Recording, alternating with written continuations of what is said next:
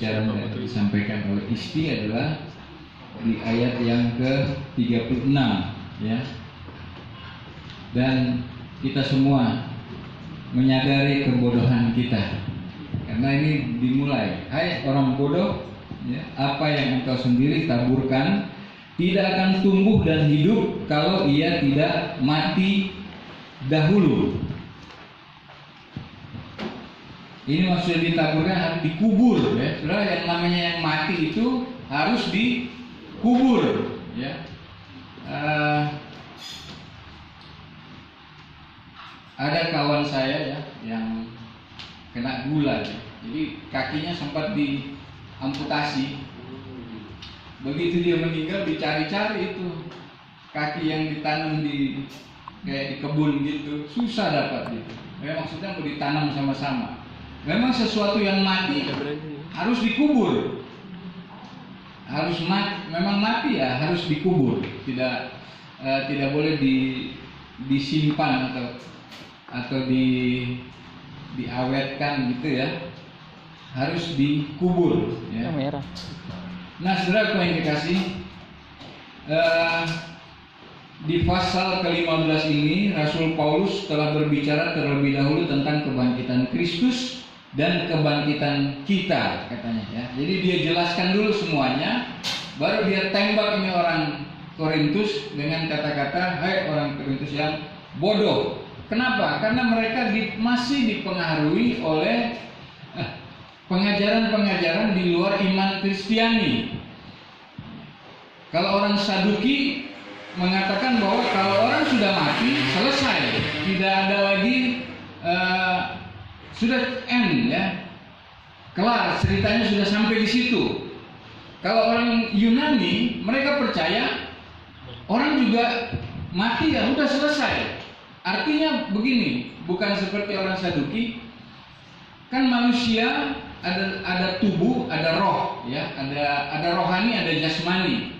Mereka nggak mau dibangkitkan lagi dengan tubuh jasmani karena mereka sadar bahwa tubuh jasmani ini penuh dengan dosa. Masa jiwa yang sudah kudus itu harus kembali lagi kepada tubuh yang berdosa. Menurut mereka tubuh ini berdosa. Keinginannya adalah kecenderungannya kepada dosa.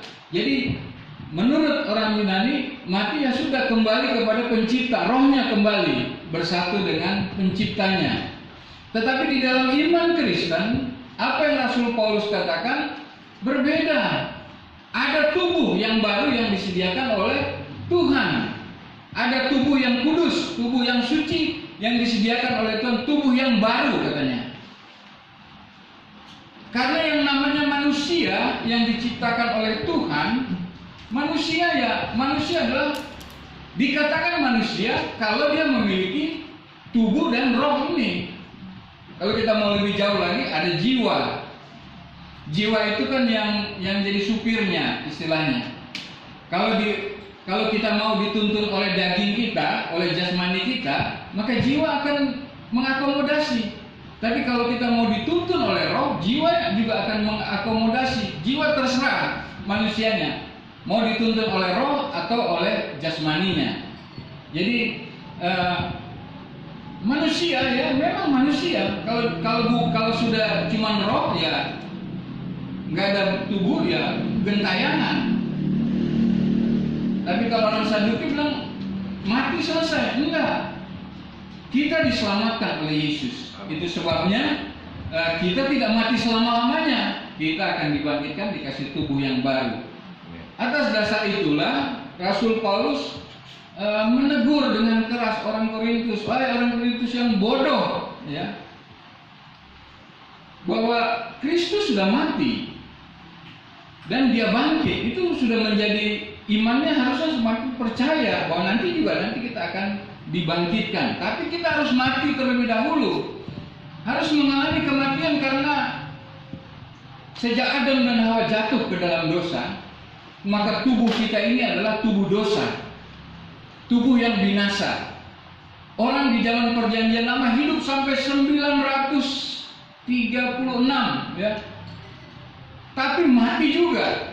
Padahal Tuhan menciptakan manusia ini sebagai makhluk yang tubuh dan roh ini sebagai makhluk yang kekal, yang tinggal di Taman Eden, yang tinggal di bumi ini. Baru dikatakan manusia. Kalau cuma roh, namanya roh gentayangan, karena tidak ada tubuhnya. Nah, saudara yang kekasih, kami di waktu belajar teologi katakan begini. Kejadian manusia yang menurut kehendak Allah cuma sampai dengan Kejadian pasal yang ketiga. Karena di Kejadian pasal yang ketiga lah manusia jatuh ke dalam dosa, lewat jauh dari sasaran Tuhan. Jadi masuk ke Kejadian pasal 3 sudah berubah. Manusia itu sudah berubah. Sudah tidak ada kemuliaan Tuhan lagi. Sudah diusir dari Taman Eden di mana manusia bisa tinggal bersama-sama dengan Tuhan. Sudah keluar. Nah, Kejadian pasal 3 ada satu janji dari Tuhan tentang pemulihan, ya. Keturunannya akan meremukkan kepalamu, ya. Pokoknya manusia akan dipulihkan. Nah, itu Kejadian pasal 3 sampai dengan Wahyu pasal 21, langit yang baru dan bumi yang baru. Baru di situ manusia sudah dipulihkan kembali, ya. Ditempatkan di mana? Di bumi yang baru. Karena semua begitu manusia berdosa, jatuh semua. Binatang tidak saling memakan, akhirnya saling memakan semua, ya. Nyamuk yang kecil itu bisa bunuh manusia, padahal tidak bukan itu tujuannya Tuhan.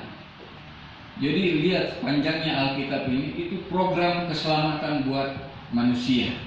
Kematian itu, saudara yang kekasih, saya sudah sampaikan, kematian itu yang menciptakan adalah Tuhan, bukan setan. Tuhan bilang pada waktu engkau makan, engkau pasti, ya. Tuhan make sure kamu pasti mati.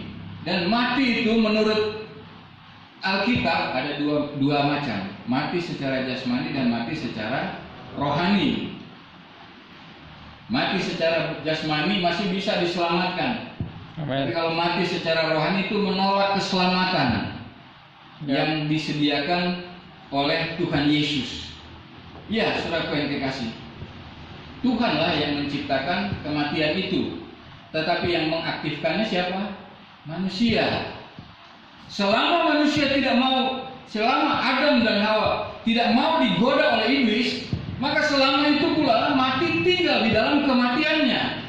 Tetapi karena waktu Adam dan Hawa jatuh ke dalam dosa, maka kematian ini menjadi aktif. Kematian ini menjadi hidup. Amen. Yang mematikan orang berdosa itu firman Tuhan yang tidak bisa dibatalkan begitu saja. Jadi manusia harus mengalami kematian. Berapapun usia kita, tetap kita akan tetap mengalami kematian. Amen. Tidak ada satu orang pun di dalam dunia ini akan yang dinamakan dia akan mengalami selama-lamanya gitu. Enggak, tubuh yang sekarang ini, tubuh yang rapuh, ya. Nanti sebentar lagi akan lemah, semakin lemah. Tapi kalau tubuh yang baru itu namanya tubuh kekal, ya. Makanya kasihan di Facebook kan kita sering, ya. Katanya kasihan sampai jumpa di Yerusalem yang baru. Ngana soalnya tidak sakit lagi sekarang, gitu, ya. Sudah dapat tubuh yang baru. Kata-katanya sudah begitu. Kenapa? Karena memang nanti kita sebagai orang-orang beriman, kita memang akan mengalami kematian. Amen. Ya, akan ditanam, dikubur. Tetapi kita akan dibangkitkan dengan disediakan oleh Tuhan tubuh yang baru. Karena yang lama dari tanah, debu tanah kembali kepada debu tanah. Kembali ke asalnya. Nah, saudaraku yang dikasih, itulah sebabnya, saudaraku, untuk mendapatkan keselamatan ini, untuk mendapatkan kita memperoleh kembali kehidupan kekal yang Tuhan sediakan adalah harus ada yang mati, yaitu siapa? Kristus yang harus mati. Karena ada dosa yang harus diselesaikan supaya kita bisa masuk ke dalam kehidupan yang kekal, harus ada yang diselesaikan, yaitu dosa kita. Pada waktu Kristus mati di atas kayu salib itu bukan main-main, saudara. Main-main. waktu dia mengalami siksa sengsara itu, waktu dia berseru kepada bapaknya sendiri, dia merasakan kematian secara rohani, yaitu keterpisahan antara dia dengan Bapa. Itu mati secara rohani, keterpisahan yang tidak akan pernah dialami oleh kita yang percaya kepada Dia.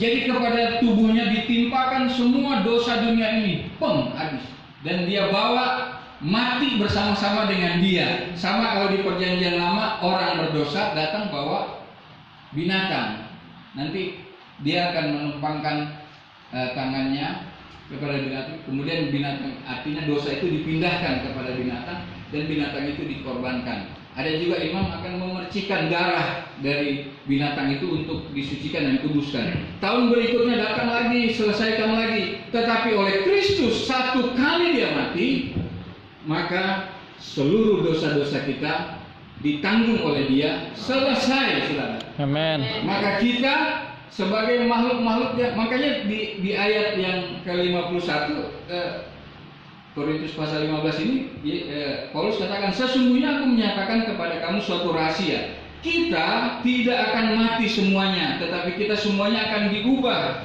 dalam sekejap mata pada waktu bunyi nafiri yang terakhir. Sebab nafiri akan berbunyi dan orang-orang mati akan dibangkitkan dalam keadaan yang tidak dapat binasa. Kita semua akan diubah. Amin. Ya, dari manusia lama kita semua akan diubah. Makanya ide baptisan itu kita ditenggelamkan. Artinya Amen. Kita mati bersama-sama dengan Kristus. Amen. Pada waktu kita diangkat keluar, kita harus mengenakan kehidupan yang baru. Amen. Yang telah disediakan oleh Tuhan Yesus. Amin. Manusia baru yang harus kita kenakan, dan kita harus meninggalkan manusia yang lama. Jadi sekarang ini peperangan kita bukan seperti katakan kemarin, bukan saja melawan roh-roh jahat yang ada di udara ini, bukan tetangga kita, bukan orang rumah kita, bukan musuh, tapi roh-roh jahat. Dan juga peperangan kita adalah mengalahkan kedagingan kita. Yap. Makanya ide tadi saya katakan bahwa kita mau dituntun oleh siapa? Kita hidup di dalam dunia ini, kita mau dituntun oleh siapa? Kalau kita mau dituntun oleh Tuhan, harus kita pastikan bahwa Roh Kudus yang menuntun hidup kita, bukan keinginan daging kita. Karena kalau kita terseret lagi kepada keinginan daging, kita kembali kepada kehidupan yang lama, sia-sia pengorbanan Kristus. Amin. Itu kita harus perhatikan benar-benar. Hal yang sangat penting di dalam kebangkitan kita adalah Kristus sudah mati untuk kita semua. Sudah tersedia untuk kehidupan yang kekal. Kristus sudah sediakan untuk kita semua. Karena itu jangan kita sia-siakan pengorbanan Kristus itu. Jangan kita anggap enteng, jangan kita anggap sepele, tapi kita harus jaga baik-baik kehidupan kekal yang sudah dikaruniakan kepada kita. Supaya nanti begitu nafiri berbunyi, sangkakala berbunyi, kita ini saleh-salehnya ya. Kalau saleh itu bahasa Inggrisnya God likeness. Kita ini orang-orang yang hidup sudah sama etikanya, moralnya, kemudian akhlaknya sudah hampir sama seperti Tuhan. Ya. Karena memang asal kita kan dari Tuhan. Kita diciptakan segambar dengan Dia. Pada waktu bunyi nafiri sangkakala itu, maka kita inilah yang akan dijemput. Ada pertemuan di udara katanya, ya. Kemudian kita ditempatkan di langit, di bumi yang baru, Tuhan di langit yang baru. Kerajaan surga memerintah. Kita hidup di dalam suatu pemerintahan yang baru, yaitu pemerintahan kerajaan surga. Saya kira itu saja yang bisa saya sampaikan. Terima kasih, dan Yesus memberkati kita semua. Amin. Mari kita berdoa.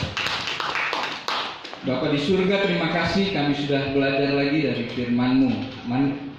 Hamba-Mu ini adalah manusia yang tidak sempurna.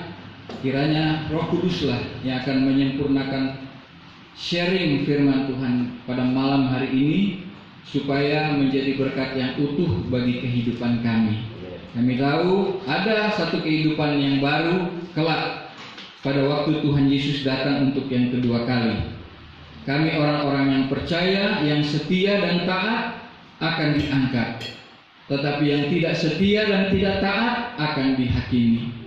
Kami yakin dan percaya bahwa semua yang telah kami percakapkan pada malam hari ini, mulai dari Nona Isti yang menyampaikan firman ini kepada kami semua, dan kami yang sharing serta kami yang mendengarkan, kami semua diberkati oleh Tuhan. Dalam nama Tuhan Yesus kami berdoa. Amin.